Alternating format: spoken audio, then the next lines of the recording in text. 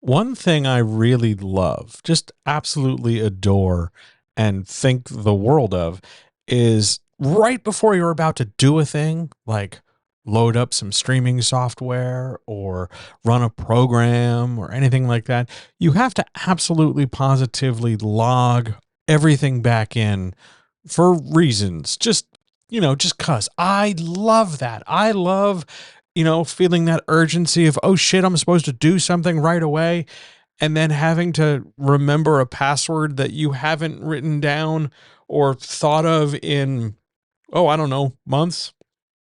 And then just hope upon hope that you can remember it enough to log in and do the thing you want to do. And you certainly don't want to go through the hoops of trying to recover that password only to change it, only to have to go back through and adjust all the secondary things that domino effect from that password change. You wouldn't want to do that like a minute right before you load the software that allows you to do your job, let's say, because that would just be crazy. And then you try to recreate a whole new password only to type in a password that it says you're used already. Isn't that delightful? Isn't that the most annoying thing in the world? Yeah, love that. Love that so much. I love that. I look forward to every opportunity to relog into things and pretend like everything's great. It's peachy. What a wonderful day. What a wonderful time. I recommend it to everyone. Now, normally password security is delightful and it's good and we should all practice it. But come on, come on. We don't always need to log into everything, everywhere, forever, right? So that's how my day started. Let's go to work. All right. Just remember what I've taught you.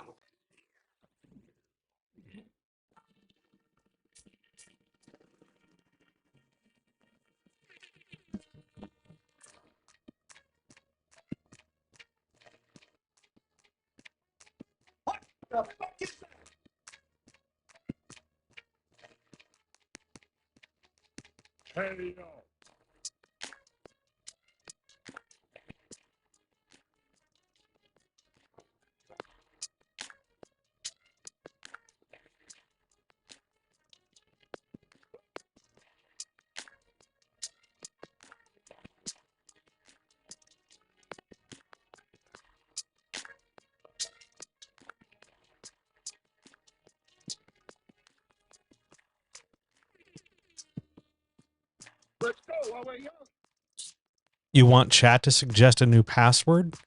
No, no. I love all of you. I love every single one of you. The most you can love a person that you know in part and not in full. I adore you.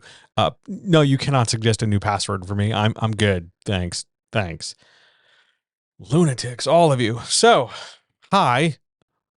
Let's wrap up 2023, right? Let's package the last chat of 2023. It's not the last one ever. I had so many people mention to me, it's the last writer's chat. Yeah, of the year, because I'll come back in January. I'm going to take some time off. I have other shit to do.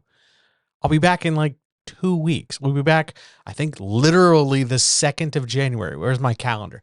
Yeah, I'll be back on the 2nd of January. So it's not exactly like I'm disappearing and going into the West. I'm just gonna go celebrate holidays with my family and pretend they're nice and not Christofastish. And I'm gonna pretend like I'm really excited to get things I don't want. So hooray! Yay! That'll be nice, right? Yeah. But hi, I'm John, and this is the Writers Chat. This is the last Writers Chat of 2023. Let's do that awesome intro.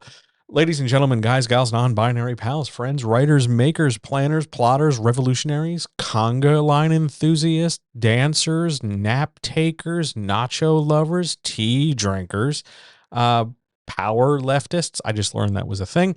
Anybody who can appreciate a good John Brown story, anybody who can appreciate the values of those people willing to take action rather than just sit on the internet and talk about shit, anybody who's ever tried to turn notifications off on their phone for like 10 million apps and then you realize just how many notifications you were getting because you're left with deafening silence and a working battery on your phone at the end of the day. Anybody who's ever saved files, anybody who's gotten gifts from people that they weren't expecting, like they thought, oh, they'll get one thing, and then you get like a fucking crate. And anybody who's ever had the sheer simple pleasure of enjoying a really nice cup of tea, along with and always in support of and always, ready to hang out with and do shit with the comrades. This makes me happy. I love the writer's chat. I love sitting here and talking to you and answering your questions from all corners of social media about all different kinds of writing and editing and publishing and marketing and just generally being a creative person making words into a career. It thrills me. I've been doing this since 1996, 1997, mostly 97. And I don't want to do anything else. This is it. I'm too old, too set in my ways, and this is where we're at. So, that all said, with a new cleaned up password and updated software, logged in all the places I'm supposed to be logged and in, I think it's time to start the final 13 questions of 2023. One thing I do want to note, I do wish, I'm on a Mac, I do wish that like the recording software and the other stuff allowed for a Mac side voice mod, because if I had echo in my voice right now, I think it would just be fucking cool sometimes. But that's neither here nor there. Let's answer some questions. We've got bangers. Oh man, there are some definite good ones coming. There's a couple, but it'll all be good along the way. Here we go. Let's do this. Question number 1. Is the beginning of my query letter more important than its middle or its end? And the answer is kind of. I know that's not a great answer, but allow me to explain. There is a school of thought, I don't agree with it, but it exists, that says the beginning of your query letter, literally the top third of the page, if we divide the page into thirds, the top third of the page should be so dense with publishing information. Well, we're just gonna do. Hang on a second while I nuke that. So, and I lost my train of thought. Yes, there's a school of thought that says there's the top third of your query letter needs to be just like mega action dense. It needs to be just packed with how you're going to publish it, whether it's got series potential, what you're like. It's just got all the critical bits that the internet tells you are important when it comes to writing a query letter. And it's got to get mashed into like the first 2 sentences, literally the first words on the piece of paper or email or whatever, because otherwise it won't work. Like the query letter is just hosed at that point. And then by extension, you have to repeat some of that information in subsequent paragraphs to sort of explain it and justify it. And I should have created a graphic, but imagine this. Top of a page, a paragraph of just info dump information. There's this and this and this and A, B, and C and D and E and F and G and 1, 2, 3, 4, 5, 6 things. And then the query letter starts. And the same information is then detailed in subsequent paragraphs. And there's a third, if the last third of it is the typical business paragraph, including word count and all that stuff. So you're basically rehashing the information from the top of the page in a different construction. That's a whole school of thought. I don't like it. I think it's too much work. I think it's confusing. I think it's lazy. I think it's just a bad way of engaging a reader to make them want to read your book.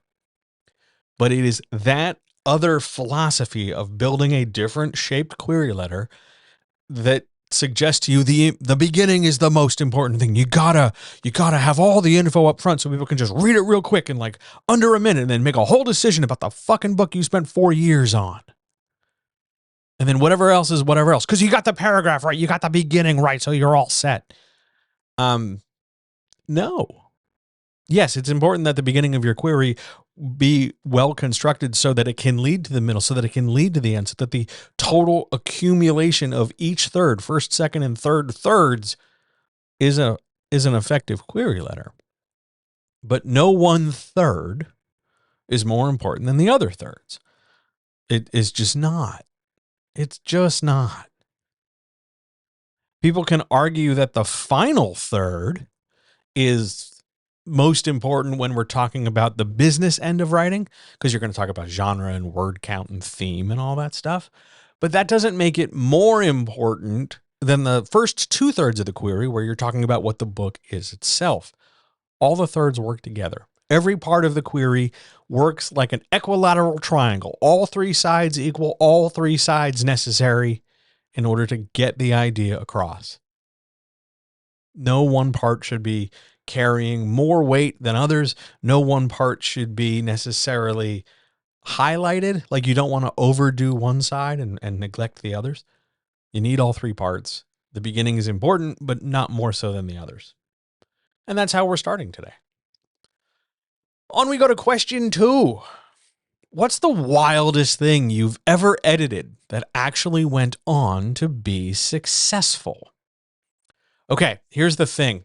It's successful in the sense that it's sold well, but not successful in the sense that there were legal things involved, because I had talked some shit about it, and I promised I wouldn't directly talk shit about it. So I will now relay to you this information in a way that describes the wildness without directly mentioning its title or its author, because I promised. All right. So let's imagine we are writing a fantasy novel, not just any fantasy novel, an epic fantasy novel, that would go on to start a whole series of also epic fantasy novels. Every book, I think it was supposed to be 5 or 6 books. I don't know what book number the author is up to now, but it's supposed to be at least 5 to 6 from what I remember. This was many years ago. We'll go with that way, because I don't want this person to get back in my inbox and whine at me. So it was a big book. It was 430-ish thousand words. And it was epic. It was epic in every sense of the way that means. Big giant word count, big giant scope, big giant story, big giant this, big giant that. And all the characters were big and giant in the way that you need characters to be big and giant. You have strong people, they're big and giant strong people. They're, massive mega muscle people. You need, incredibly attractive to a hetero audience female identifying characters. Well, they're big and muscular in like a boobtacular way. Oh, you need to make sure you have some, you don't want to be thought of as racially insensitive. So you have some characters of different, not only races as in, species, but races as in ethnicities. And you have them all very, very distinct, and not at all,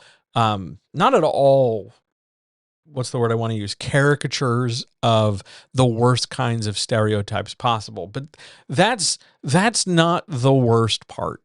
That's not the worst part, the wild part. That's just this person has leaned fully into the most typical down the middle of the road, heteronormative, exaggerated, toxic, masculine, insecure. Everything's just a trope to play it safe kind of writing imaginable. That's fine. It's not great.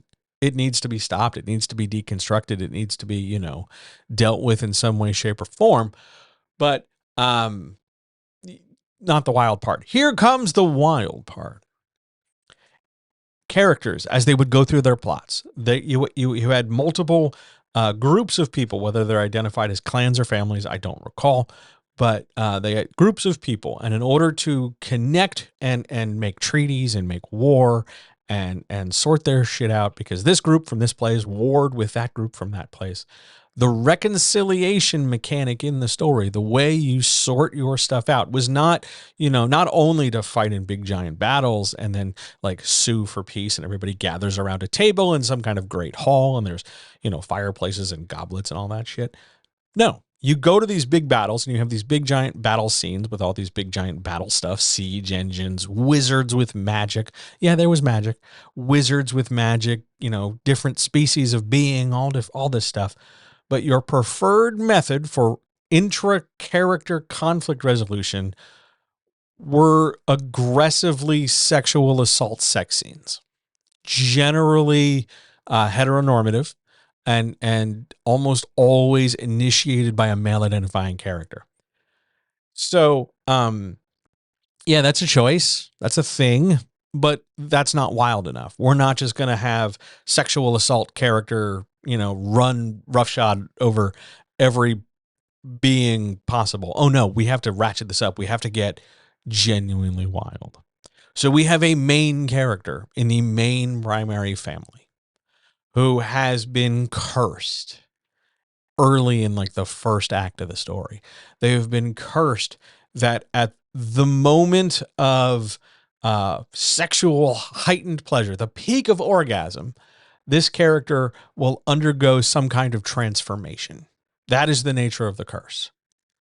So the burden of this curse is supposed to be, well, this character can't ever really feel good because it will transform them and they never really know how.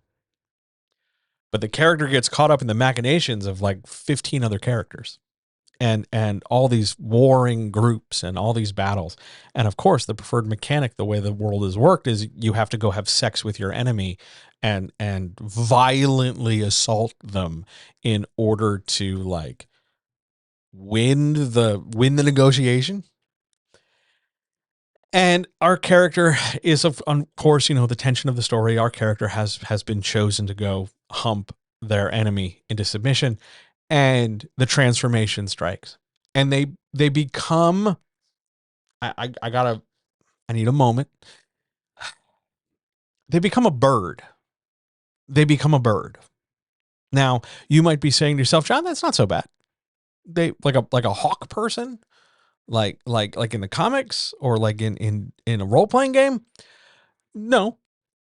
Oh, well then you mean like a little bird, like a chickadee or a sparrow or something. No. No. Pigeon.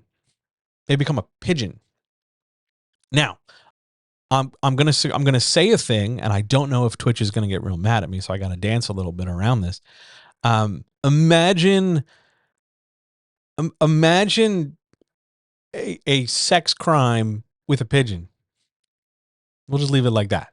Okay. Over the course of the story, this transformation takes on some very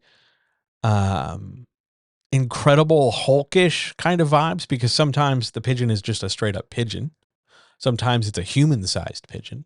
Sometimes it's a masculine, manly man with a pigeon head. Other times it's a masculine, manly man with pigeon wings, but also arms, because he's got to hold the helpless damsel in distress. Other times it's a pigeon with a human's head, like an actual little pigeon with a full size human head, and other times it's a big person sized pigeon with a human head. It's very inconsistent. And if this sounds horrifying to you, then please know that this is the wildest thing ever. And I spent 9.5 months just on the world building and just sorting out the logistics of the character to character sexual dynamics. How do you do these things? Where do the bits go? And at one point there's just everybody's birds. How do we make this work? Then and do they lay eggs? Is this normal mammalian stuff? Is this bird stuff? Like what are the rules? How does this work? How can we relate all of this stuff in a way to make the character go, I get it. That's cool. I want to keep reading this, because that's the goal of editing. The goal of editing is not to strip out the stuff that makes your book good. The goal of editing is to help make the book the best presentation possible for the maximum number of readers to go, cool, please give me more. So I work real hard on it. And I keep telling the traditional publisher, hey, we're going to need more time. And so they keep sliding the release date and the deadlines and everything back, because I keep finding more things. I keep raising more questions. I go to the author. The author does not as much as I would hope to correct the things I'm finding, or at least address the things I'm finding, or explain the things I'm finding. because the author sees this not as a chance to get their art out into the world or make a statement. The author sees this as, hey, they're moving these deadlines. I'm going to get paid less and less and farther away from now. I need to be paid now. I need to be making money. I need to be successful now, which is sadly an all too common thought process when it comes to writing. And let me just address this so that we're all very clear here. If you think writing a book is a fast way to make not only some money, but a living, I need to disabuse you of this notion. Because even if you do all the work yourself, it still takes time to get paid. How much time? It depends on what we're writing and what we're talking about. But still, it's not, there are faster ways to get paid, is what I'm saying. So I'm hammering out this book. I am mortified. And the author is doing, I'm saying, here's some changes, make some changes, bring it back. We'll do some more. Because there's so many, there's 400,000 words. You can't just hand somebody 400,000 words and go, okay, fix it. I'll see you in a week. You got to do it in chunks. So I do it in chunks, and they bring it back, and they're not making all the changes. Now, to be fair, when you get edited, you do not have to like all the changes. You can leave some stuff alone. You just have to tell somebody, hey, I'm not changing this. I'm not changing this point. I'm not explaining this idea. I'm not making these pronoun changes. I'm not making these adverb clarifications. I'm leaving this as is, this part. You don't want to be doing that all the time. You don't want to not do any editing. But, there's some stuff you can say no to. Editing still remains an issue of developing suggestions rather than orders or mandates. So you can say no. Author makes a few. Author keeps some stuff in. And eventually the 430 something thousand word book gets chopped down to around, I think I got it down to like 280, which is still really, really big. And it's been delayed and delayed and delayed. And the publisher gets on my case because, John, it's taking too long. You've got to stop. One of the major complaints I had when working in traditional publishing was you have to stop trying to make the book that much better. I will eventually one day tell that story. But basically it was, you're taking too long and you're being too careful, and we need to make this product and get it out, as opposed to you need to help this artist make better art. And so I concede a lot of ground.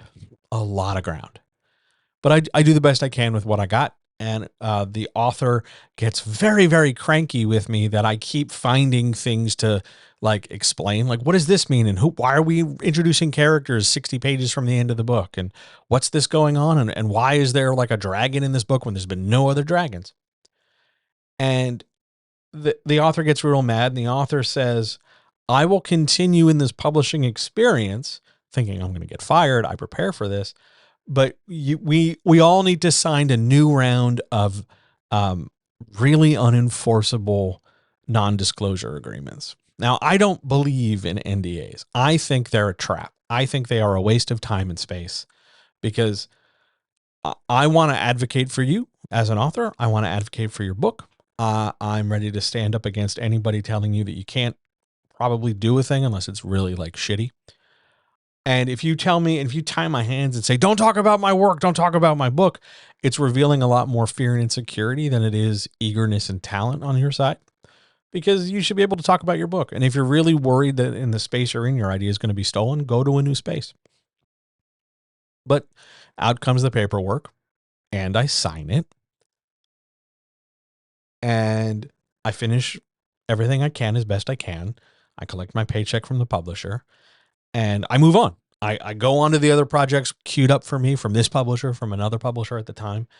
And I begin a process of slowly extricating myself away from assisting small and medium-sized presses from producing books. I still do it and would do it if the money were right, and would do it if I found a publisher who better got me, really understood me and really understood time, and didn't just make it about a money thing. But by and large, I phased out assisting traditional publishers to work more in favor with specific writers doing writerly things. And I don't think twice about these books, because holy shit, what a kooky story. It's gone. It's done. I've done hundreds, a lot of romance novels, a lot of, small little things that are one and done. They write a book, they don't like the process, they aren't getting the immediate 5-star reviews. Writers give up. Happens all the time. So this book, other than being an amusing story about holy shit, look how weird the story is, doesn't do anything for me. Time goes by. 6-8 months, doesn't really matter. And the books go out. And I get a copy because it's very typical for the books I work on. I get a copy. Sometimes I have to pay for my own copy, which is frustrating. But sometimes publishers will send me a copy. So I get a copy.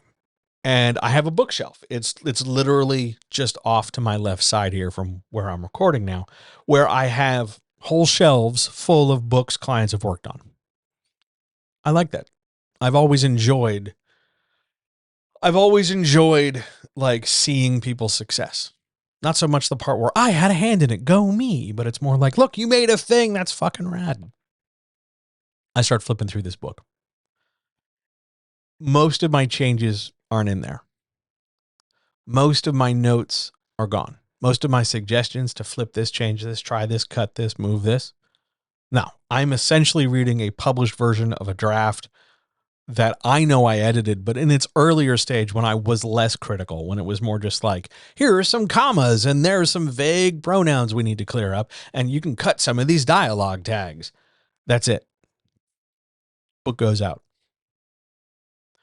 I relegate my copy to the far corner of the shelf. It is now no longer on that shelf. It's on a different shelf in a different bookcase. And it becomes this apocryphal story of like, holy shit.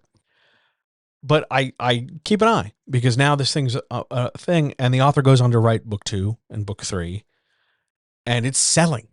And there are not just a handful of reviews, dozens of reviews last I checked. It's been a while since I checked. But it's popular. You can buy this book. You can buy the series. Wild. Don't let this story scare you away from publishing your book.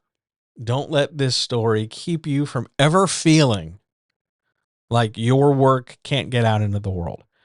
Because if there can be a giant fantasy series where people turn into birds and sexually assault antagonistic characters in order to win, then your book, about whatever it is, will be just fine out in the world. On we go. Question number 3.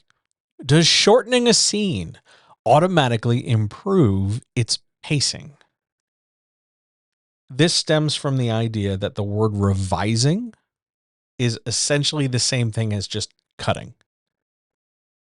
And this question speaks to a misunderstanding about what pacing is. Pacing isn't just how quickly we get through a thing, whether that's a scene or whether how well we read it.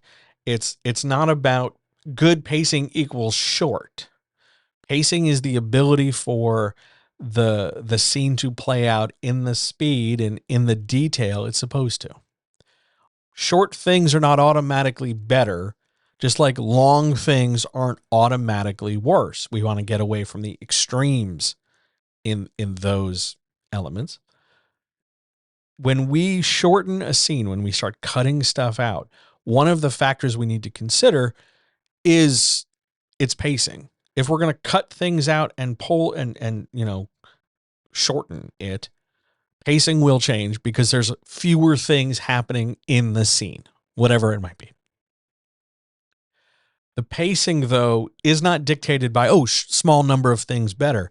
The pacing is dictated from how do we go from thing A to thing B to thing C to however many things.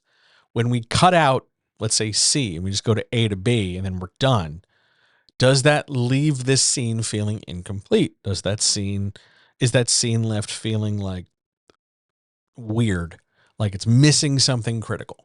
This is why when you go from like, if you have A, B, and C and you cut B, it can often feel like we've jumped and missed, like we've missed an explanation, we've missed setup material. Shortening does not automatically improve pacing because it's not about rushing through a thing. It's about developing a thing.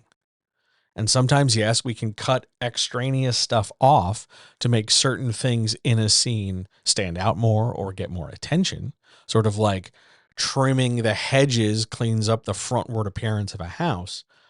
But if we have the front of this house in the metaphor, if we were to tear out, I don't know, some of the columns that hold the front porch up, yeah, it declutters the space, but it also weakens the front porch.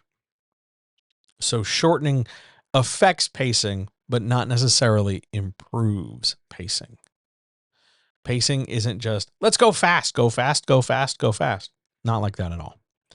Pacing is, how do we move through this in a way where we gain context? Because, oh, I come to understand more things, and the thing I just read fits in with the stuff I just read before. Versus also a matter of, this thing feels like it's really slow because there's so much material I have to keep in my head and so much material I have to stay aware of and wait to see how it all plays out. Pacing is just about a metronome rather than a speed limit, moving from thing to thing at an organized beat. Good question. So now, chat. Hello. How are you? Do you guys, people, I shouldn't gender, does anybody in chat have any questions about anything? Anything?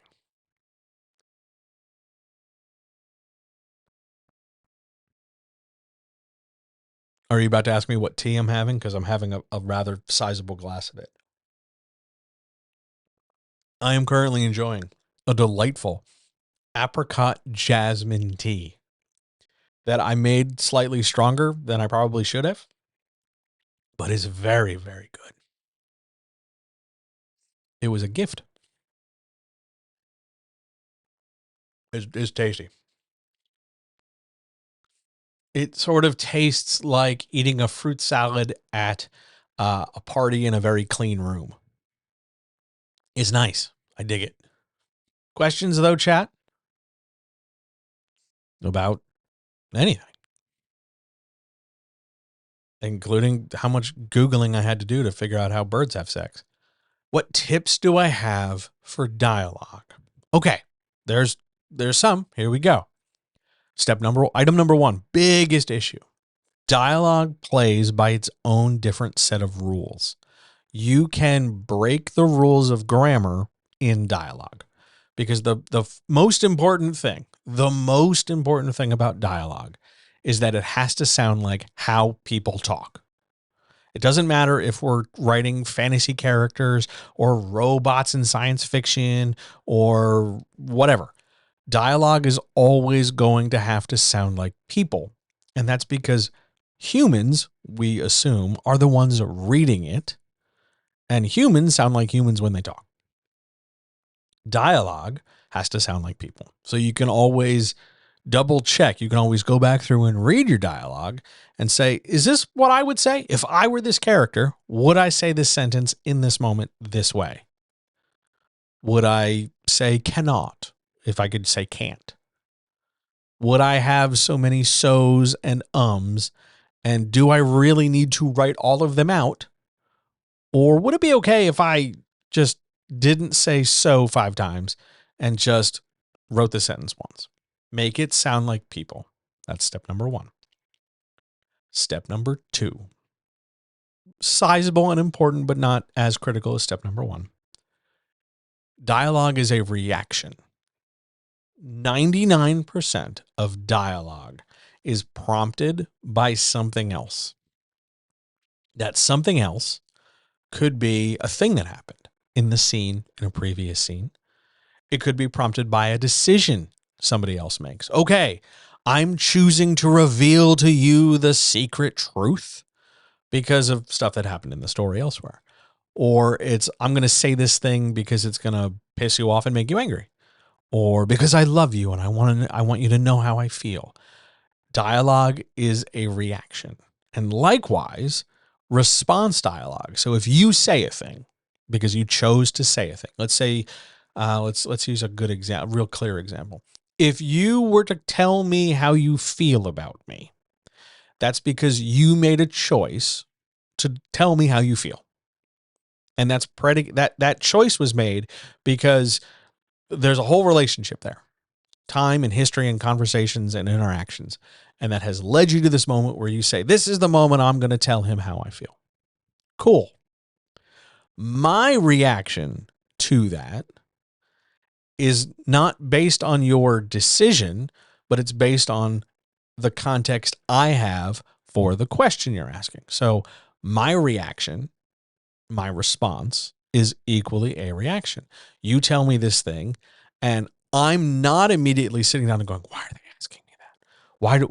Why is this coming up? What are they trying to say? Like, that's a really paranoid way of approaching things, but I take pills for that. So I'm not immediately jumping to those conclusions.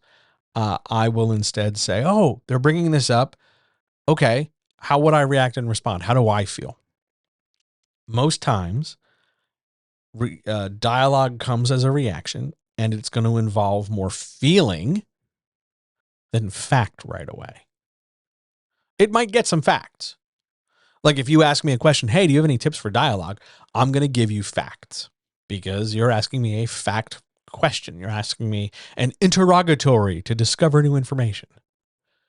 But I am picking and choosing the information I am giving you based on my feeling as to what's going to be the best answer for you, knowing what I know about what you're doing or what I think you're doing. So dialogue is always a reaction. Dialogue always sounds like people. Third thing, you do not always need to use a dialogue tag.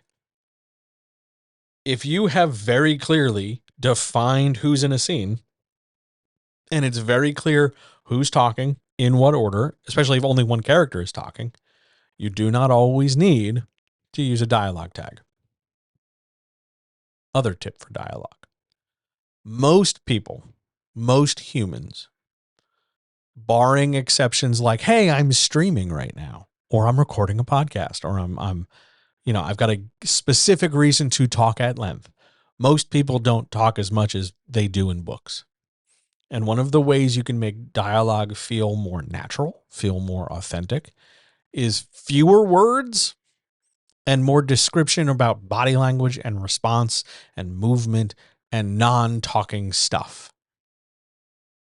People don't talk so much. We want them to, and we watch TV and movies where it's very dialogue driven. But there's a difference between having a lot of dialogue, like a number. If we were to count the number of times somebody talks, that's a lot of dialogue. And there's a difference between that and whenever somebody talks, they are saying specifically the things about plot. Now I will tell you the history of the magic sword and the magic sword such and so, because this is a story about the magic sword. There's a difference between explaining plot stuff and talking a number of times. So what you want to do, no matter the genre, no matter what the character is or who they are, what's going on, you don't want to just create a lot of words coming out of their face, and you don't want to only have them talk when it's important, because those are, again, two extremes. We don't want to hang out on the extremes.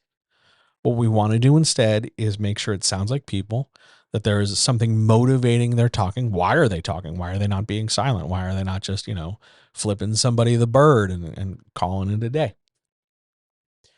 And you want to make sure that there are times where they're not talking, but the other stuff you're writing is conveying how the character thinks or feels or what they're trying to do.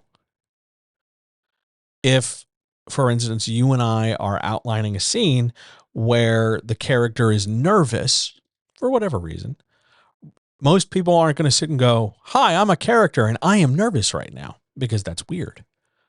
But you can have a moment where you describe their nervousness, because since they're nervous, they're going to act or move or do something in a way to suggest nervousness. Like, I fidget. 9 times out of 10, there is something in my hands, either one hand or both hands, that I'm doing just outside the listening range of the microphone. And sometimes that's shuffling cards. Sometimes that's playing with a fidget spinner. Sometimes that's petting a cat. Sometimes it's just, I'm vaguely like running my finger over the texture of my wrist rest on my keyboard. But I'm always occupying something with my hands. And in my dialogue, while I'm sitting here talking about whatever, you can also mention not talking stuff I'm doing to give my dialogue extra emphasis. Oh, John's nervous because he's fidgeting like hell with a handful of cards. I'm now trying to loudly shuffle nearer the microphone to illustrate my point. And last point, and then we'll keep moving. Most people, when they're talking to each other, they are not talking specifically and expressly about the plot without prompting. So, for instance, you and I are talking. The plot of the story is that, let me give an example. You and I have to go somewhere and buy stuff. Doesn't matter what it is.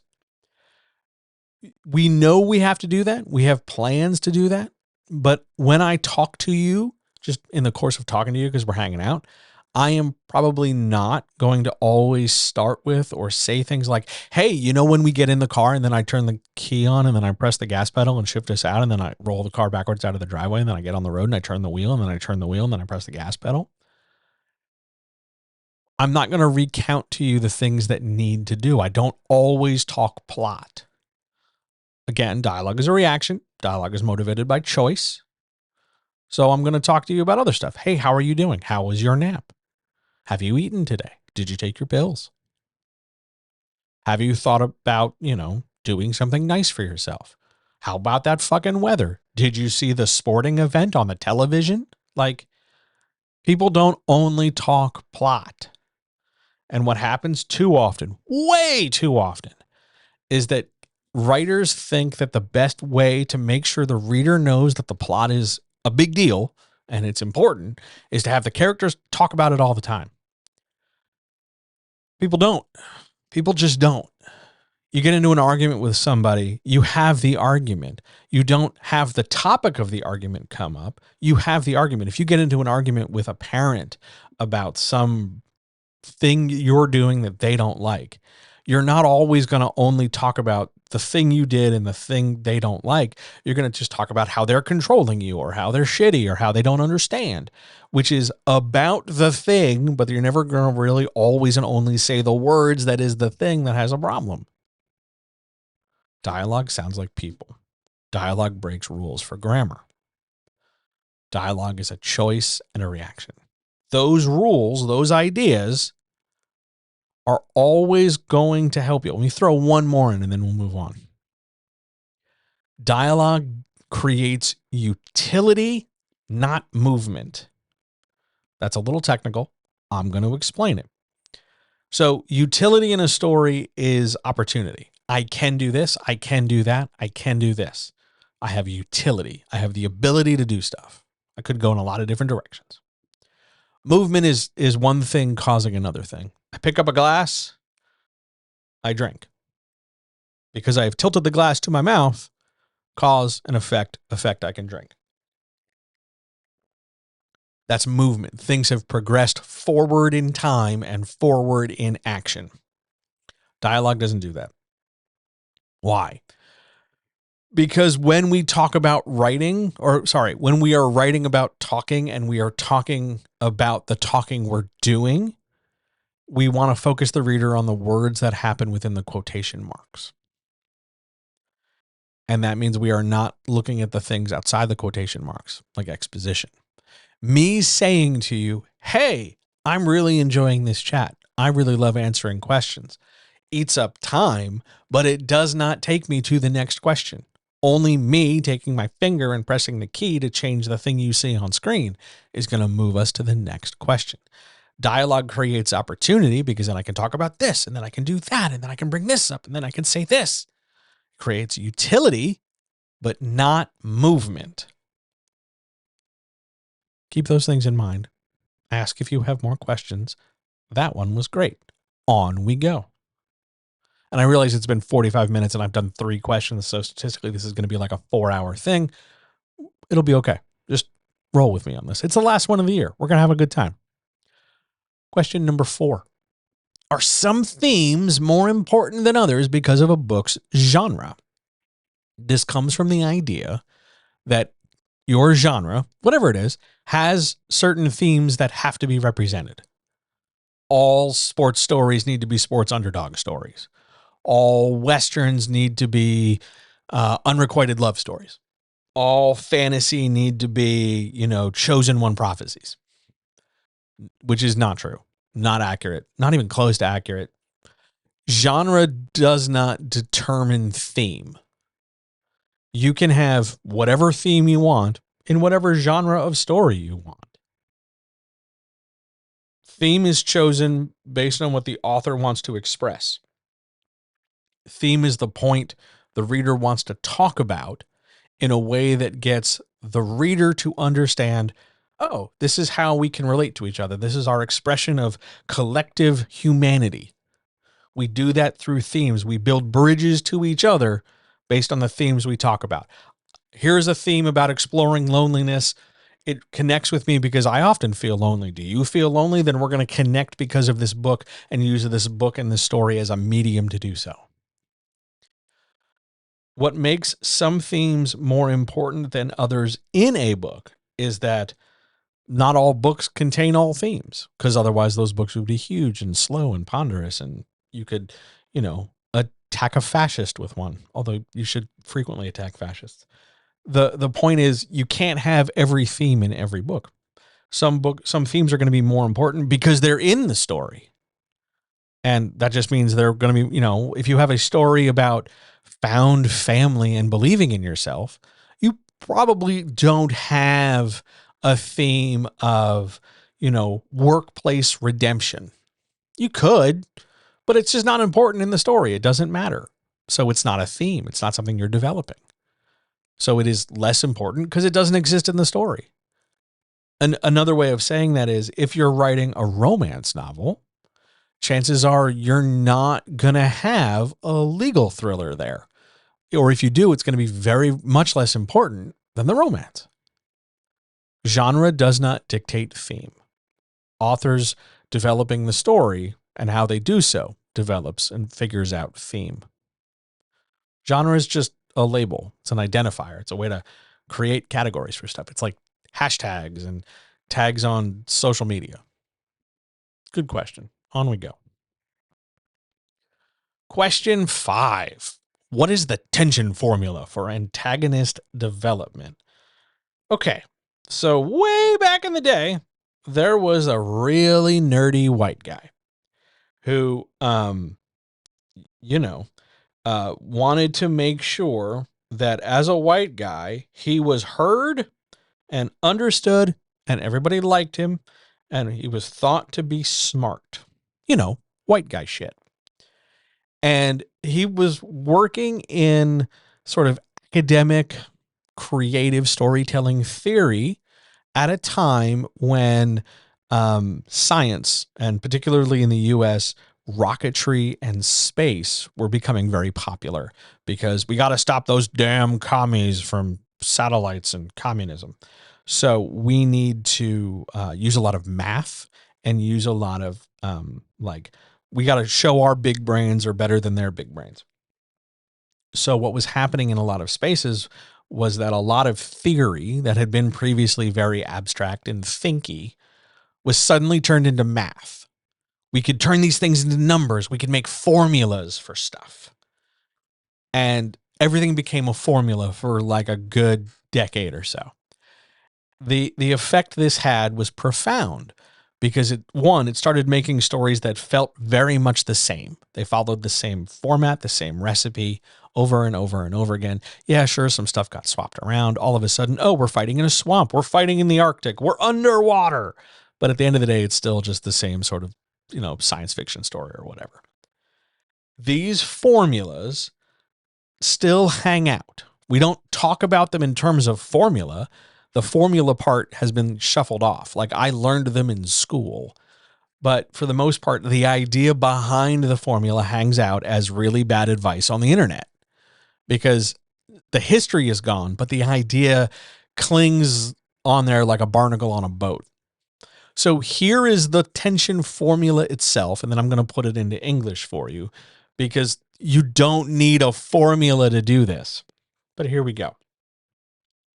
Tension equals skill effort plus a chance for failure plus the difficulty of one obstacle plus the total number of obstacles, plus the stakes, plus time.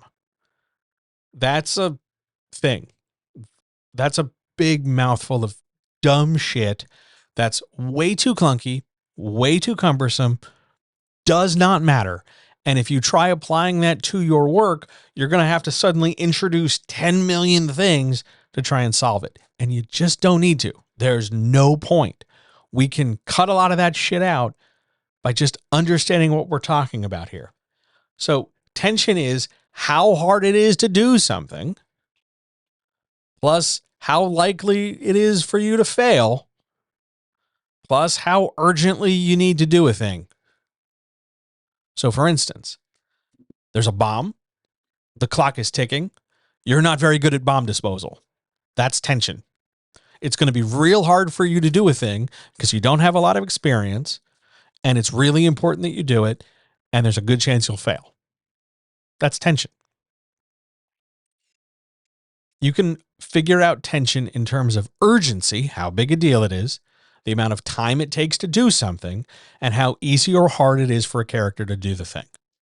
Something that's really, really easy, like drinking from a glass for some people, because we don't want to be ableist. But if drinking from a glass is a very simple thing, there's not a lot of tension in the act of drinking. But if we change something about that moment and we poison the drink, now the tension isn't, can the character do the act of drinking? It's, will the character discover they've been poisoned? We are changing a condition of the drink, not the act of drinking itself. So how does this apply to antagonist development? Because that's what the formula is, and that's what the question is about. And it's because your antagonist, your bad guy in your story, has an unknown and unlimited budget. So says this formula. Whether that's true is entirely your choice in the story. It doesn't have to be universally true, but this explains why, like, in video games, why every boss has like an unlimited number of goons per level, why King Koopa has so many Koopa troops to attack Mario with in the Mushroom Kingdom, why, you know, in like the old Batman TV show, there's always like the Penguin has like 35 goons run into a room and get socked. You have an unlimited budget that the reader, the character, protagonist doesn't need to know about. They just have it. They have plenty of goons. They could be there at any turn. They have ninjas. How many ninjas? All the fucking ninjas. And because they have an unlimited budget and an unknown plan, I know they have ninjas, but who knows what they're gonna do with it. And if the reader finds out the antagonist's plan, you lose tension. But if the reader finds out the plan in pieces, along with the protagonist, then there is tension because now we are increasing the possibility that there could be a chance for failure. I know there's one ninja, and next time there will be two, and then after that, three, but I don't know why the ninjas are here. That unknownness helps create tension. And one of the things this formula does is try to quantify the amount of unknownness, which it expresses as risk and chance of failure. The problem is that's not the only kind of unknown stuff. There's also the plain old unknownness of, hey, why does that wizard have that book? Just a why question creates as much unknownness to how. How are they going to fight the ninjas? That's an unknown thing. Your how and your why, 9 times out of 10, are both going to create tension. Different kinds of tension, the names of which don't really matter, but they're going to create tension. And we can use this to develop the antagonist because the big question is going to be, why is the bad guy doing this stuff? And don't confuse the why is the bad guy doing this stuff with the how is the bad guy doing this stuff. Too many people want to dial in on the how because to them, they're writing it, the why is apparent. But the reader has it backwards. The reader wants to know the why, and then they'll worry about the how later. Also, don't use a formula. It's awful. It's just ineffective.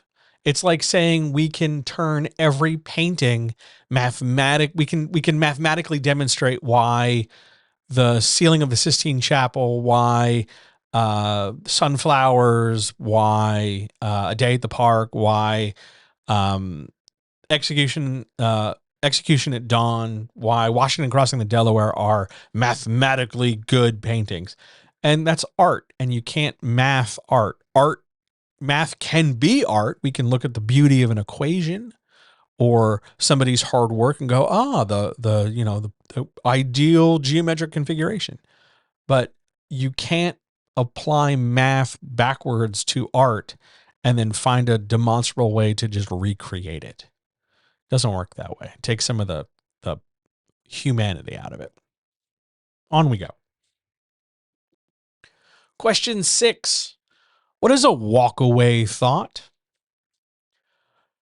Ooh, I'm going to get shit for this, but I don't care. A walkaway thought is a performative thought. It's a thought that you as a writer, because whatever stuff is hard. You're not getting the reviews. You're not getting sales. You've been rejected a lot.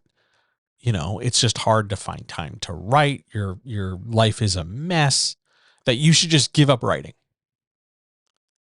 And you perform this thought generally on social media, generally in public.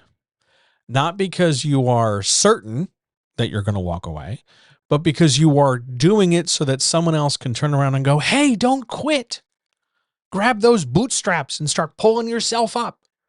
Believe in yourself. You're just, 45 fucking rejections and a magic trick away from, your dream coming true. Don't do any hard fucking work. Don't talk about work. Just wait it out there, sister. That's a walkaway thought. A walkaway thought is the performance of quitting so that somebody else tells you not to quit so that they can reward you with validation. A walkaway thought is expressing the unmet need of, I feel like shit, somebody tell me good something about whatever. And instead you frame it as, I'm walking away. I'm abandoning my dream. Now, doesn't that make you, the listener of my statement, feel guilty and it's slightly manipulating? Don't you feel like you need to convince me to stay? Pay attention to me. Pay attention to me. I'm good enough, aren't I? Tell me. Feed my need for validation. Do the thing for me that I cannot do for myself, either because I am unwilling or ill-equipped. That's a walkaway thought. They're shitty. They're all over social media. They are patently annoying.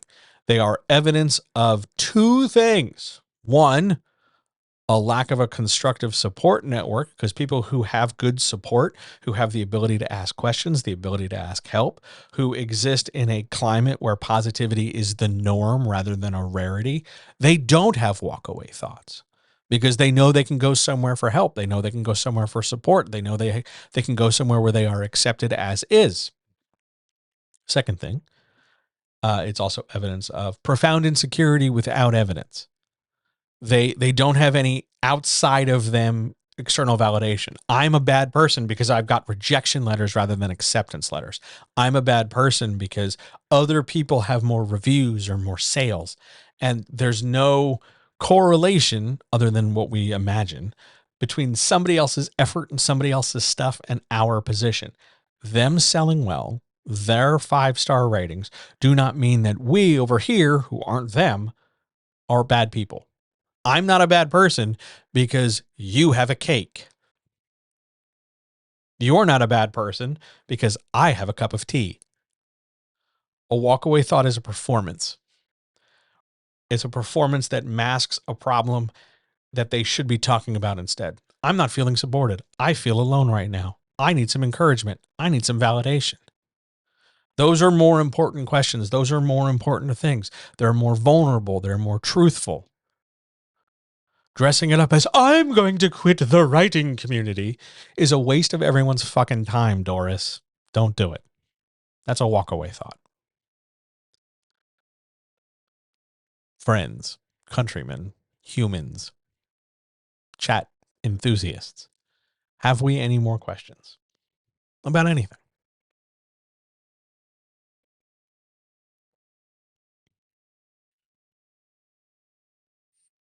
Else we will just march on.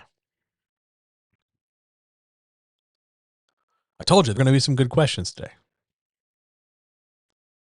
There's some better ones coming. There's me thinking a walkaway thought is related to make sure your story says something. There is a relationship between a performative walkaway thought and the idea that your story should say something. So just so we're clear, just so that everybody knows what I'm talking about, your story has to say something. That doesn't mean like your story has to be clear in the plot. Like it's about fighting horse thieves. No, your story has a theme, has a value to you. It is a statement about life that you are making through the medium of your art. You think theft is wrong because all private property is inherently theft, or perhaps that theft is wrong because possession equals quality because we live in a capitalist hellscape. And you say something about it. You don't feel comfortable enough to stand there as a you and stand up and go, "Hey, the traditional publishing system is a mix of bullshit and lies that sells us on nostalgia in order to make sure that we perform good activities as a cog in a greater machine where we will constantly be undervalued and overexploited. Because you, as a human being with a first and last name, don't feel you can do that. You create a story where the idea of a system that chews and spits up creative people in an effort to grow profit becomes a thing. And the next thing you know, you make something cyberpunk. Your story should say something because you should have opinions, thoughts, and feelings in your head and in your heart. And you should be brave and be able to transform those things from thoughts that just exist within you into ideas that can potentially change the world, either for yourself or others or both. It takes courage. And the best way to find that courage is to be vulnerable and sit with your discomfort. If you've got to talk about some hard shit in your book, that's hard. And you got to sit there and go, yeah, I'm going to talk about some hard shit because I got a point. I'm saying something. I'm not just writing hard shit because, oh, I'm performing the fact that I was a terrible person in a terrible situation. Wasn't it so bad what happened to me? Because that's just childish. And that's therapy fuel. Like that's not, you don't want to write a book and try to profit off your pain. That's shitty. You want to go heal that pain. So go heal that pain. You don't have to sit there and over dramatize everything so that somebody tells you that you're good enough. That's weird. Don't be weird. But yes, there is a correlation between performing quitting and saying something, because you should say something rather than walk away. You should be brave. You should be empowered. You should feel capable. You should be encouraged. You should have the tools to do so. And then you should fucking do so until the end of time and the cold death of the universe. You should both say something and not quit. Other questions? If you can't tell, it really irritates me. Because if you're just going to quit. You don't have to make a big fucking thing about it. I'm leaving. Doesn't anyone want to stop me? No. Leave. Go ahead. Do you want to be stopped? Do you want to have that moment where someone pulls you back because you want to show everybody that look, everybody, I'm being pulled back from leaving. Just put more attention on me, as opposed to, hey, I'm feeling really discouraged right now. Send me pictures of babies or kittens, or tell me your favorite story about cookies. I don't know. Something like that is far more beneficial and collectively positive than everyone stop me before I make a big fuss about doing a thing you don't care about. That's different. That's all. Shall we move on?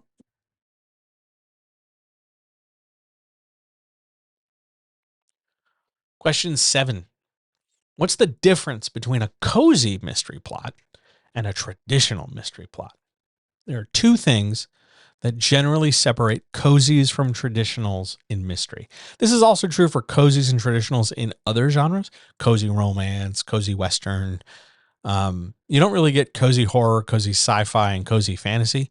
I'm sure at some point somebody will try to break those out and really do something with them. But generally the distinction between cozy and traditional anything is size of plot. That's a biggie. Traditional mystery plots have a lot of clues, a lot of tensions, a lot of developments along the way in the second act. A number of them, a number usually greater than 4. And there's just a lot going on. They're bigger. It's a bigger story. Cozy's not that many steps. Fewer steps than a traditional. It's not necessarily a shorter book because you spend time developing non-plot stuff and more character stuff. But the plot is not necessarily as big and sprawling. Second thing, the stakes are much lower. Not like we're not comparing murder mysteries to like who killed the mayor versus I can't find my car keys. We're not on the extremes in terms of stakes because there's still a real chance of like I could be killed. The bad guy has a gun and could shoot us. But it's a difference in stakes in terms of the practicality of that. Here's an example. In a murder mystery movie, if we're watching a murder mystery, I don't know, anyone we've ever seen on a streamer or on a movie screen, there is a real threat that in the third act, the detective will get shot by the killer. And that's the traditional because we feel the stakes. We've stayed close to the story. The stakes have always been intense. There's always been a level of urgency. It's always, the threat of danger has been lurking around the corner every minute. That's different than, say, an episode of Murder, She Wrote, which is a cozy. Because, yeah, the villain still, pulls a gun on Jessica Fletcher and says, oh, what am I, how dare you? How'd you figure it out? And then Jessica lays out the third act explanation of, oh, well, you had on a different tie. So clearly, actually, that's a Matlock plot. But Matlock's the same way. Matlock's a cozy legal procedural. But a cozy lower stakes. There's a chance, the killer can threaten and bluster, but the likelihood of them doing the event and having consequences from it. Jessica Fletcher getting shot and then having the rest of the third act from her hospital bed or her bleeding out in the hotel room is not really going to happen. It's very less likely. The killer might corner our amateur, cozy mystery detective and threaten them, but the law will always, kick in the door just at that moment. So there's no real danger. There's a vague hand wavy danger, but no real danger. The stakes are much lower. So smaller plot, smaller in scope, smaller in less complexity, and generally lower stakes, or the presentation of stakes that are equal, but they are in fact much lower. He's got a gun and, the killer's got a gun in both a traditional and a cozy, but he's more likely to shoot in a traditional than he is in a cozy. Those are the primary differences. There are others, like most cozies take place in a smaller number of locations that are generally more described. We spend more time in them setting them up than we do having stuff happen in them. The story gets a little rushed in terms of its plot development because there's less of it, but we want to feel a certain way rather than, viscerally engage. But beyond that, that's your differences between cozies and traditionals. I probably should in January talk more about like coziness because it's popular and it's a different set of tools. A lot of people who want to write cozies just think that if they make a short traditional, it's automatically cozy, but it's not. A cozy is a whole different animal in the same way that writing young adult and adult fiction are two very different things, although they are both writing. It's not quite the same. It's worth talking about. Let's put that on the list for 2024. But on we go with more stuff and more questions. Question 8. I'm going to get flack for this one too. Buckle up. Question 8. Why should every writer be on a visual platform? A visual platform is a platform that delivers its content in a primarily visual way. Now, this has some inherent packaged ableism to it because perhaps you're a writer who is, blind or vision impaired to some degree. So you can't necessarily see clearly the material being delivered in a visual way. But there is some merit to the idea all the same. A visual platform conveys information in a different way than an audio only platform. If we turn on, all right, just hang on for a second. Let me see if I don't even know if I can do this. It just occurred to me I could try this.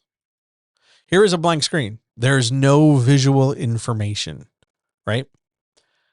Listening to the sound of my voice over a blank screen is different than keeping the question on the screen. If this was just a podcast, you could engage with it differently because you're not seeing the screen. In the same way that some stuff I do up on YouTube has visuals because I have to draw a chart badly or I make a picture or something like that, it goes over differently. Writers need to understand that engaging in visual material or visual oriented material, meaning vision primary, you got to see the stuff to fully get it, helps them understand how to deliver information. There's a difference between listening to an audiobook and reading the story. It still gets the story across, but it affects your imagination and it affects your understanding of things. And I'm not just talking like the neuroscience of it. That's a whole other thing. I mean, in the way it engages us and the kind of reactions we have. You should, as a writer, be aware of the number of ways you can convey information. I don't just mean like I can do it visually. I can do it through audio. I mean, here is the statement in my story. This character is standing in a kitchen. They have to do kitchen things. I can convey that, visually by describing their actions. I can do it visually by creating a stock photo. I can do it visually by making some animation. Or I can write it in a way that takes the primary thrust of the information and turns it visual. See this, see this, see this, see this. Or I can make it about audio, the clack of knife against board, the sound of things sizzling and cooking. That's an audio primary. There are different ways of conveying information. Visual is one of them. It does not mean it's the best. It just means it's one of them. Like there's no one single best crayon in the box except for burnt orange. Burnt orange is always best crayon. But because it has the word burnt in it, obviously. The point is there are multiple ways of delivering information, and writers should be willing and eager to grasp at many of them to figure out how we can use that information to better influence how we produce our stuff. That's why writers should engage on a visual platform. Question 9. How bad is it really? I love questions that start that way. How bad is it really that I'm on my third draft? Cool. And it's 40,000 or more words above the word count for a traditional publisher. Oh boy. All right, here we go. So, step number 1. It's a big deal if you are if you really want traditional publishing to touch it. Because what's going to happen, that traditional publisher, particularly the pimp, the agent you're going to need for representation to get your foot in the door for traditional publishing, they have an expectation that the thing you're writing has a certain word count, and they are going to use their expectation, the number in that expectation, as a first tool to discern whether or not to say yes to you. They're going to say, oh, you're writing, let's make something up. You're writing a fantasy novel. It's a non-epic fantasy novel. It's just a straight fantasy. It's not epic at all. So you should be aiming for 90 to 95,000 words. That's the typical non-epic fantasy expectation in traditional publishing. If they're aiming for 90 to 95 and you have 96 or 97, that's okay. You're still more or less kind of sort of in the ballpark of what they're looking for. You are 40,000 or more above that. So you are 130 to 150 in a space that is asking for 90 to 95.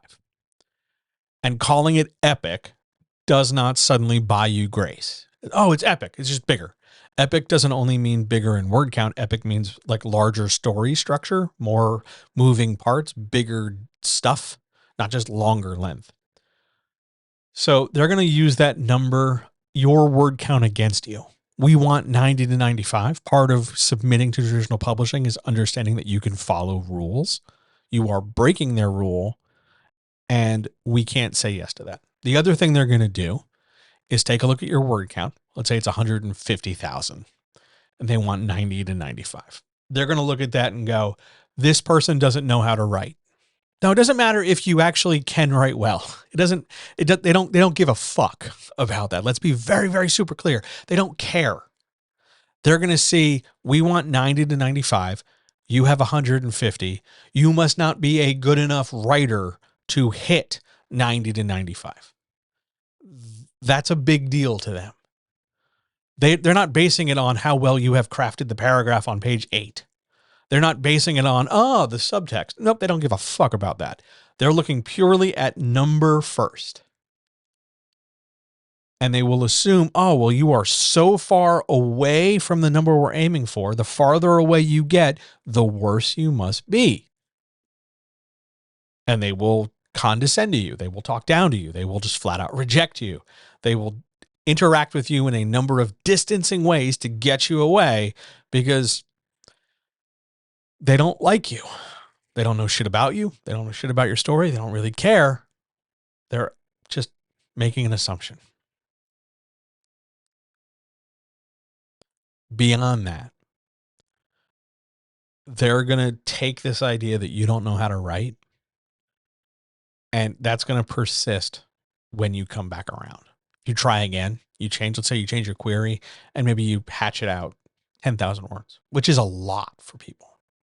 So now instead of 150, you're at 140. They still want 90 to 95. It doesn't matter if you cut out 10,000 words and you actually made it better. They're still going to say, it's 140. They still don't know how to write. He's still over. So how bad is it really? You won't get your foot in the door. They will auto reject you. They will not give you the benefit of the doubt because they will assume on number alone that you're bad at this. Now, having said that, the solution here is not to over-engineer your writing. Oh my God, every sentence has to carry like 1,000 tons of weight, and every sentence must interlock like perfect Legos with the sentence next to it. And there's 10, 15 bajillion fucking things that if I change one thing, there's a cascading 35 sentence later effect. And I have to, oh my God, I've written, this chapter is 900 words. It needs to be 600. I have to rewrite the whole thing. I better rewrite the whole book. First of all, if you're doing that in the draft phase, you are making this infinitely harder on yourself. Please knock that off. No one needs you to beat yourself up or grind yourself against the rocks. You just don't need to do that. But you're on your third draft. The expectation is that probably your third or fourth draft is the draft that's going to go out into the world. If you're that over word count, you really need to go back and not rewrite the whole thing, but go look at your outline. Go look and see what large-scale things can be removed. Chances are you've got too much stuff or too many characters in the way, and you're going to have to cut some stuff out.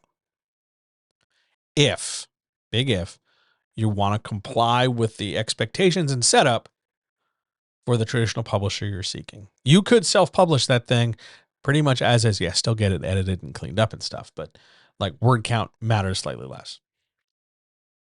But the fix there isn't to beat yourself up or strip everything down and try to do this like in a haiku, in a hyper minimalist number of ways, or make a Zen koan out of it. You just don't need to. But you are actively starting the relationship in traditional publishing off on a bad foot if you are unable to comply with their simplest demand, which is write a story of this size. Now there's a question in chat. Would it be problematic for other reasons if this writer were self-publishing? I'm assuming word count can fluctuate. Yes. In self-publishing, you get far more latitude. And you can even argue, depending on self-publishing, that there's no ceiling. There's no limit as to the number of words you could have. The problem there is that instead of um, using it against you, instead of saying like, oh, well, you've got 150,000 words, we want 99, you must definitely not know how to write. You still get that argument, but now it comes in a different flavor. Why is this book so big? What am I going to get into? Holy shit. What do you mean it's 400,000 words? If I'm reading an hour a night, I'm going to be reading this thing for 2 years. Independent of its quality now. Now we are just looking at the investment I have to make. That's a big book. That's a lot. That's a lot of time. If it's written well, which I would discover by reading the sample or engaging with it in some way, if it's written well, it's not going to matter to me. But if it's written poorly, I'm going to feel really, really cheated because I just spent some money on this big giant monstrosity. It's a boondoggle. I can't, I hate it. You won't get through it. You'll be frustrated by it. It's a bad experience. Other issues in self-publishing: bigger book has more pages. More pages means more ink. More ink and more paper go into the physical manufacture of bigger books. A bigger book is heavier. So now we've got 3 different factors: amount of ink, number of pages, and weight. And in physical manufacture, those 3 things will kill you. More ink and more paper per, more pages means higher printing cost. Heavier book, more shipping cost. Costs more to ship a heavy thing than it does a light thing. One of the reasons why we have word limits in traditional publishing is because that creates a certain size product. A certain size product means we have a certain expectation as to how much it'll cost, which means we can figure out our budget. But beyond that, yeah, those are the other problems. We haven't please notice, we haven't talked about plot. Haven't talked about characters. Haven't talked about subtext. Haven't talked about themes. Haven't talked about plot twists. Nothing like that. We're just talking about the size of the object. But yeah, word count can fluctuate. You're the publisher in self-publishing. So if you're okay with the size of it, cool. You're the publisher. You don't have to, you're the publisher and the writer. You don't have to yell at the writer. Why did you write something so long? How you blah, blah, blah. You don't have to get on your own case. Just publish your book. Good question. While I continue to drink more tea, because we're chugging right along, we still have 4 more questions. Is there more?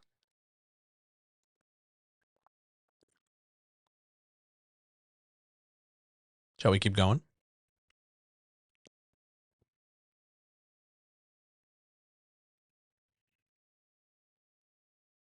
Question 10. What's a non-writing activity that I can do to help me with my writing? Well, rather than give you a specific one, like touch grass, I'm going to be more general. I want you to move your body. You can take that to mean whatever you want, whatever way you want it. But I'm going to ask you to move your body, whether you mean exercise or just walk around or go places or do things with yourself or other humans. I want you to move your body. Here's why. And just so we're clear, it's not just, hey, don't be sedentary, because I don't care if you're sedentary. Because even if you can't move your body, you can still relocate your position. Go places, move, and do things. And that's going to help you with your writing because it's going to expose you to other parts of the planet and possibly other people. And that will always help you with your writing because you'll see things. And you will think to yourself, how would I take this thing I am experiencing and relate it to someone else who isn't here through the vehicle of my words? I went to the grocery store. It was packed with people. It was kind of scary how many people were, urgently mega shopping in advance of Christmas. Carts loaded up with shit. People frantically running around trying to grab stuffing and flour and ice cream and sodas and, milk by the gallons and all different kinds of stuff. Tons and tons of shopping. Tons of people banging into each other, carts, people chatting and talking and carrying on. It was noisy and loud and overwhelming and sensorially a lot. And that doesn't sound like at all like it's going to help me later today work on a Notion template that I'm building to help people write books. But it is. Because one, not only did going to the grocery store buy me groceries that will fuel my body so I can sit in, right? But going to the grocery store also gave me a lot of information. It made me feel a certain way. I saw certain things. It gave me a chance to relay this information to you. It gave me fuel that I can put into words. It's also time away from the desk so that I can sit there and move this problem rather from the front of my mind. How do I write this stupid Notion thing and get the pages to sync in a way that feels dynamic and interesting? And it moves it to the back of my head. Oh, I should have a thing in the template about, how to develop a certain kind of scene. It just kind of popped in my head because I wasn't overthinking it. Moving your body in whatever way you take that to mean, from get some exercise to do some yoga to go, pleasure yourself, to pleasure someone else, to take a walk, to stretch, to go rowing, to do whatever. It will help your writing if you stop considering that the only stuff that helps your writing has to and must be writing specific. Movement of any kind makes a difference. And for my therapy friends out there, and I guess for the fuckboys who co-opt therapy language, remember that moving a muscle changes a feeling, because that helps too. On we go. Question 11. Oh, ho, ho. I wish I had more fluids in this room that I could drink and then do a more proper Karen-y voice, but here we go. How can you help people write better if you don't mention popular books as examples? Oh boy, here we go. I don't need to mention popular books in order to illustrate things you need to know about writing better. Also, popular is a subjective term. The book you think is popular because TikTok says so is probably a piece of shit. Why do I know that? Because the last 6 things TikTok said were popular were poorly written and badly manufactured, under-edited, and fundamentally indifferent from each other. They do not demonstrate craft. They were just sort of slapdash efforts to cash in on tropes that everybody just sort of consumed because it was a hyper-passive example. They were dull. They were uninspired. They were lazy. They were just there to be cashed in and read and then regurgitated. How many times shall we have a fantasy series designated where different groups of people can use a magic system predicated entirely on their geography or ethnicity? How many times are we going to have a romance series where one character with a troubled backstory meets a nice, plain, unassuming person, but there's a twist 2/3 of the way into the book? Oh, God, it's like Ambien. Popular books do the same thing as the classics. Sometimes better, sometimes worse. But the popularity of a book, as an example, does not do much for me. The things I want to illustrate to help you write better are fairly universal in their application. I can talk about Star Wars just as much as Star Trek, just as much as the Marvel movies, just as much as Game of Thrones, just as much as any transphobic kid going to school stories as you want. That's not popular enough for you? Fine. Give me any Maz book and let's go. But I shouldn't have to dip into the popular stuff and cash in on the SEO in order for you to give a shit about the craft of writing better. Because all those problems that exist in fantasy construction, all those problems about how do I deal with the plot twist? When do I plot twist? I can go all the way back to fucking Greeks and plays and talk to you about here's the history of a thing.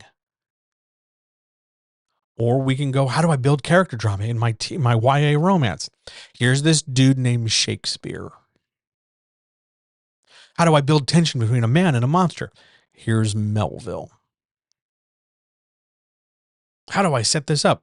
Here's Salinger. Here's Capote. Here's pop, here's rant. Let me think of a guy. How do I create horror? Here's King. Here's Gaiman. Here's Kuntz. Why should it matter what book I reference? Let's use a non-writing example. Let's say you have, I don't know, something in your house that needs fixing. Maybe it's a loose door or a light bulb that needs changing, or a knob, a loose. I had a knob in my kitchen the other day that was loose. It had I just been pulling on it and it needed to be adjusted. I needed a screwdriver to do it. I went into my box of tools and I grabbed a screwdriver and I fixed the knob. Did the brand of screwdriver matter? Did I stop for a minute and go, is this a Craftsman screwdriver or not? Is this, random generic Amazon screwdriver, brandless brand, Acme brand? Did I ever stop and think, gosh, I shouldn't use this, particular screwdriver or this brand of dish soap because, it's Dawn as opposed to store brand generic because I had a coupon. But I don't stop and think about the name of a thing. I just need to solve my problem. I need to tighten that thing. When I put in a light bulb, do I care who made it? When I wear a hoodie, do I stop and go, I need to buy hoodies only from Hanes as opposed to Carhartt? I have both. I just need a hoodie. I'm cold. Let's put a hoodie on. The popularity of a thing does not automatically make it a better thing. That's a really asinine way of seeing things. That's a really trend chasey way of seeing things. Some popular stuff sucks. It's poorly written. It's poorly crafted. It doesn't illustrate anything. It's a cash grab. It's written poorly by people who are inarticulate and undercraftful. They're fundamentally incurious. They're just lazily recounting tropes. They could get better. They could give a shit, but instead they've opted for what's the fastest way I can make money and have people on TikTok talk about me. Popularity means very little. Craft is everything to me. So if I can find the best tool for craft, who gives a shit where it's from? That's it. You can read whatever you read. You can like whatever you like. I don't care.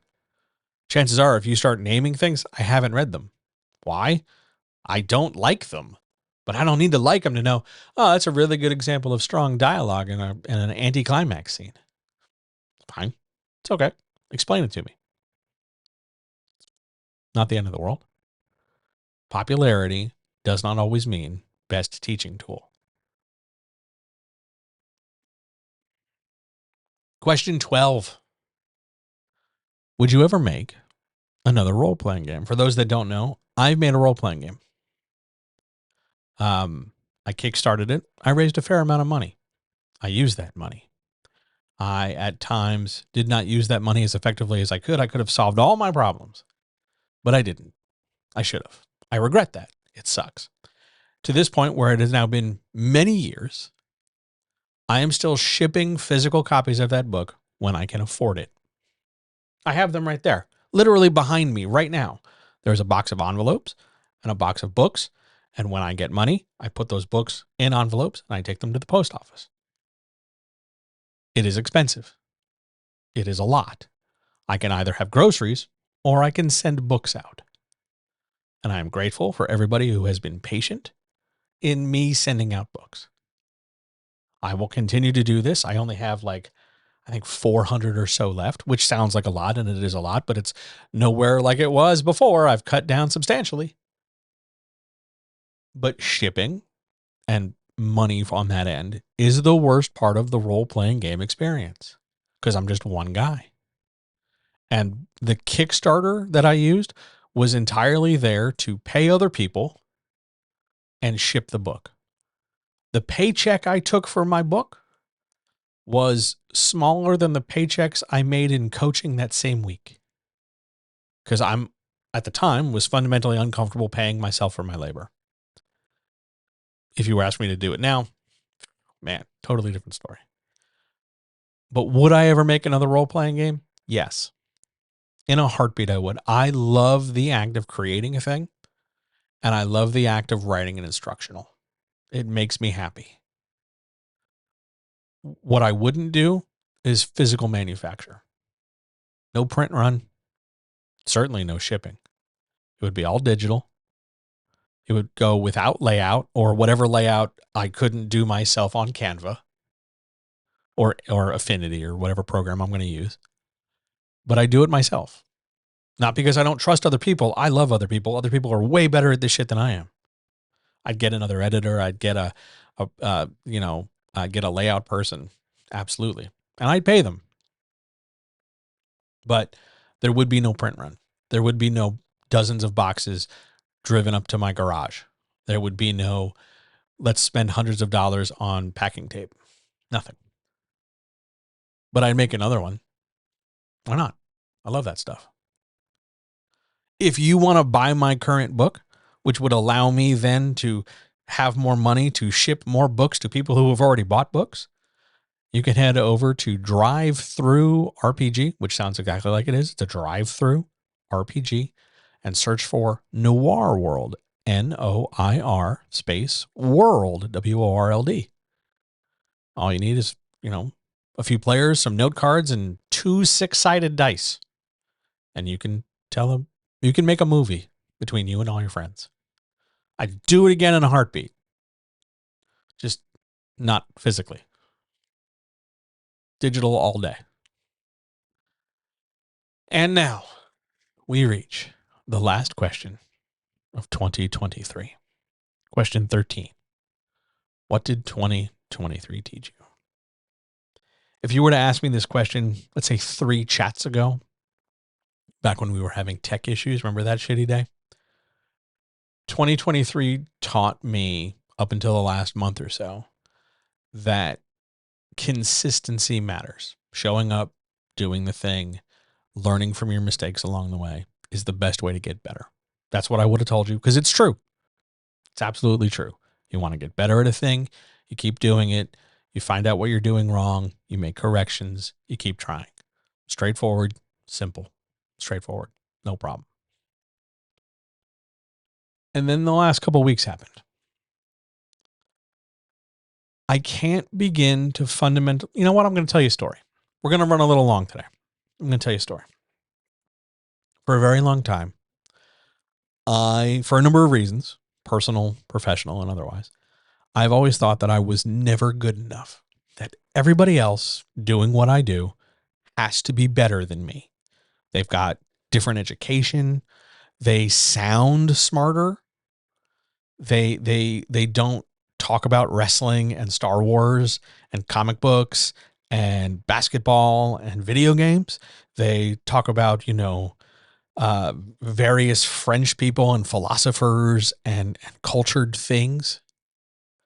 They don't do what they do in a bathrobe and a pair of gym shorts. They don't do what they do in a pair of track pants and a hoodie. They wear like dress pants and shoes and shit. They must be better than me, because I know me, and I'm good at what I do, but I'm not necessarily the best person in the world. I don't communicate very effectively. I am prone to moodiness. I'm grouchy. I'm selfish. I'm a human. I'm imperfect. And I spent decades convinced that anybody who was doing my job, everybody else is better. They're smarter. They're certainly making more money. They're talking about how they just bought a thing, or they just moved and they bought a car or a boat. They took their kids on vacation. They got married. They paid off this. They bought their mama's house. They did a ton of stuff. They traveled. They moved to Hollywood, et cetera, et cetera, et cetera. So since they're not talking about like dumpster diving and standing in food bank lines and, asking their friends for money so they can buy soup, since they're not doing that and I am, they must be better than me. And I will do great work, and they'll do better work, and they market more effectively. People line up, people talk about them on social media in positive, glowing ways. Oh my God, they're so friendly. Oh my God, they're so nice. Oh my God, they're so popular. I love them. And they don't do that for me because I don't market. I don't. I'm scared to. Because I have been historically afraid that you'll find out that I'm a terrible person. I did some really dumb shit way back in the day, and I still feel really guilty about it. I said heinous things on the internet. I've done terrible things to people. I've blown up more things than I've succeeded at. I don't want all that brought up every time somebody thinks about me. So they must be better than me. And in the course of doing this, I saw what other people are doing. I had some clients go talk to some other coaches, some other editors, just to get help on their project because I was busy, because I was doing other stuff and I just didn't have time, and they were curious and they wanted some help. And I'm not mad at them. I think it's great that they did what they had to do the best thing they wanted to do. Go get all the help you can. You know, it takes a village, that kind of idea. Go get the help you need. It might not be me because I was busy or I was too expensive, or, you know, they came from a situation with another editor and then they came to me. But either way, some clients came to me, multiple clients from multiple different people. I'm not just singling one person out with one experience. This has happened quite a bit. Somebody else has gone to another editor. They've gone to another coach. And the material they got was not as detailed and not as explanatory and not as just intense as mine.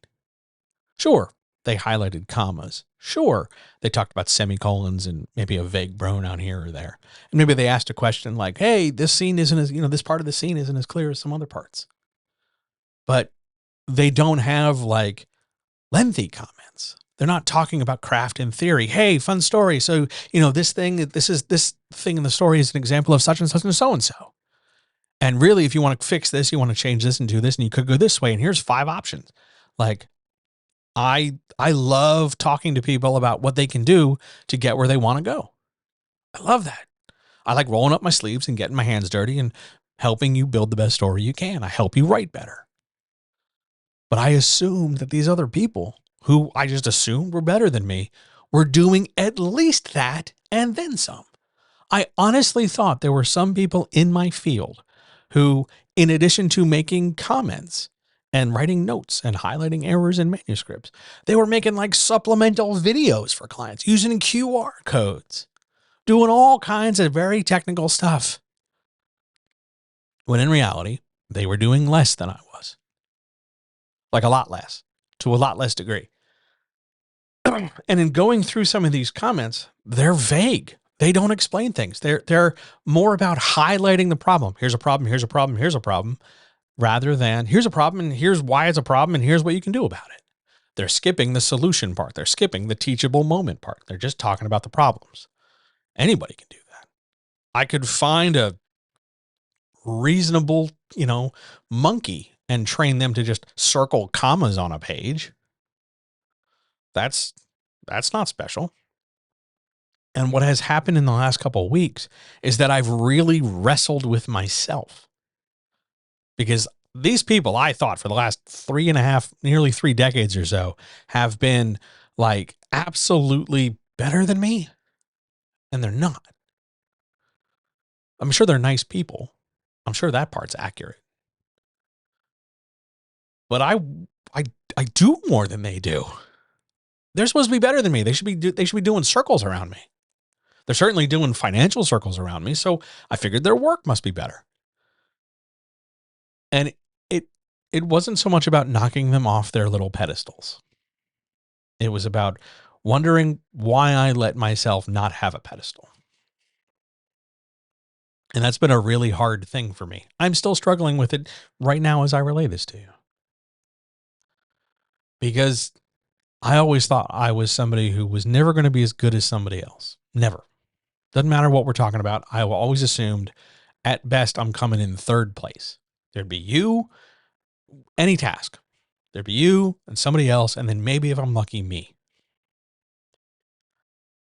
And to find out that in this thing I love more than nearly anything else in the world, I'm not coming in 3rd.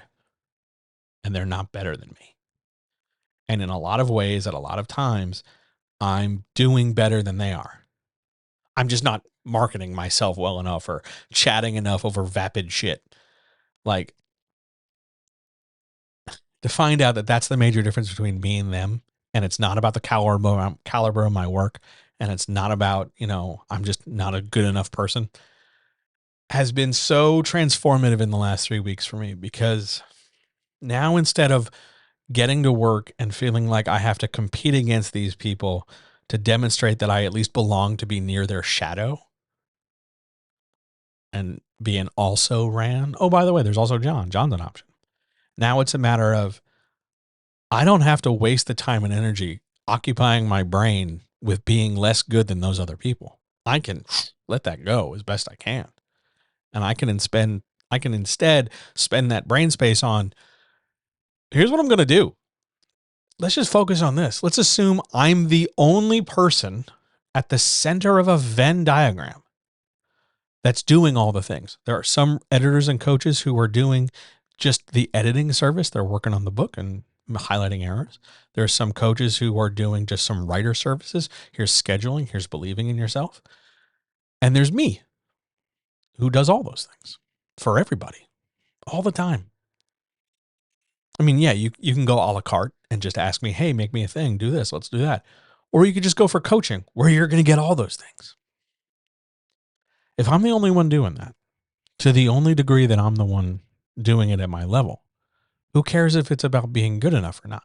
And it's just about, I'm going to do stuff. I don't mind being the only one doing it. I'm used to that, because when you feel like you're never good enough, you often end up feeling isolated and alone. So I'm just focusing instead on, I'm just going to do stuff because I love doing this. I love doing this. I am doing the best work of my life. Ask any client. Best work of my life happening right now. Who cares if I don't have a summer house in Ibiza, or if I don't have enough money to pay off my mom's house, or if I don't have like a deeply committed partner relationship where like we're traveling the world on our off days. That doesn't matter. I mean, those things would be really nice, but work wise, this is what I'm at. 2023 taught me I'm not struggling to be good enough to be near other people.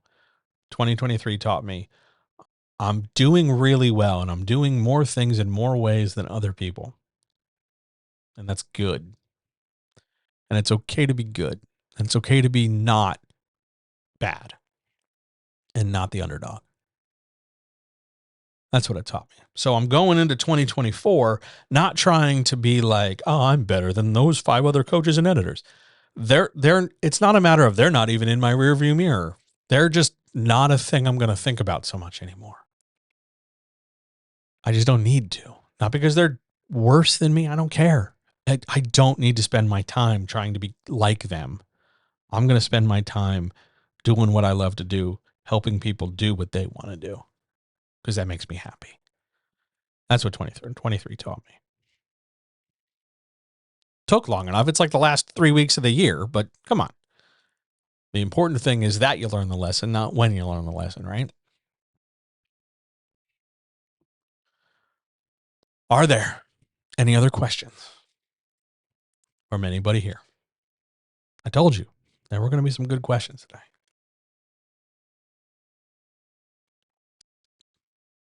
2 pints of tea. It took me 2 pints of tea to get through this today. So, wow. Other questions, or shall we go to the outro and get out of here? Yeah, let's do that sweet, sweet outro.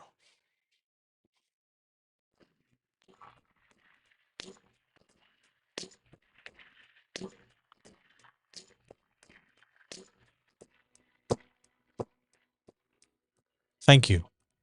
Thank you for a year of this stuff. Thanks for putting up with technical days and off weeks and cancellations. And thanks for all your questions. Thanks for letting me talk about stuff and get deep on stuff and get crunchy on stuff and be a little silly on stuff sometimes. Thank you. Thanks for 2023. It fucking ruled.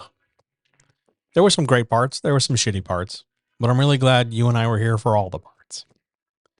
if you've liked this, if you've liked anything I've ever done, and you want to see more of it and more like it, here are some things you can do. Best thing you can do is head over to patreon.com/John helps you write better. $2 a month. Support everything I do. Changes everything. If you're watching this on YouTube, don't forget to like and subscribe and click that little bell thing so you get notified when I do more stuff.